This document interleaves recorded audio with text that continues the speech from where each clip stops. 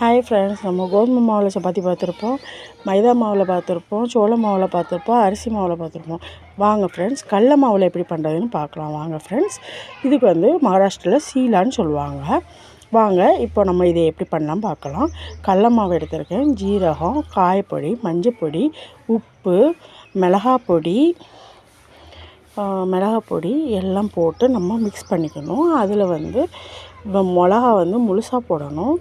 வெங்காயம் குட்டி குட்டியாக கட் பண்ணி அந்த வெங்காயம் போடணும். வெங்காயம் போட்டுட்டு அதை நல்லா நம்ம மிக்ஸ் பண்ணி அதுக்கு பிறகு நல்லா தோசை மாவு பதத்துக்கு வச்சுட்டு கடல காய வச்சு எண்ணெய் ஊற்றி அதில் நம்ம தோசை மாவு பதத்துக்கு நல்லா அடை மாதிரி ஒரு ரெண்டு கரண்டிக்கு மேலே ஊற்றிக்கணும். நான் 2 கரண்டி ஊற்றிருக்கேன். இதை நல்லா அடை மாதிரி நம்ம எடுத்து வச்சுக்கணும். இது நம்ம அடைன்னு சொல்லலாம் நம்ம ஊரில். அவங்க இதை சப்பாத்தின்னு சொல்கிறாங்க. அவ்வளோதான் ஃப்ரெண்ட்ஸ். சிம்மில் வச்சு நல்லா வேக வச்சு எடுத்துக்கணும்.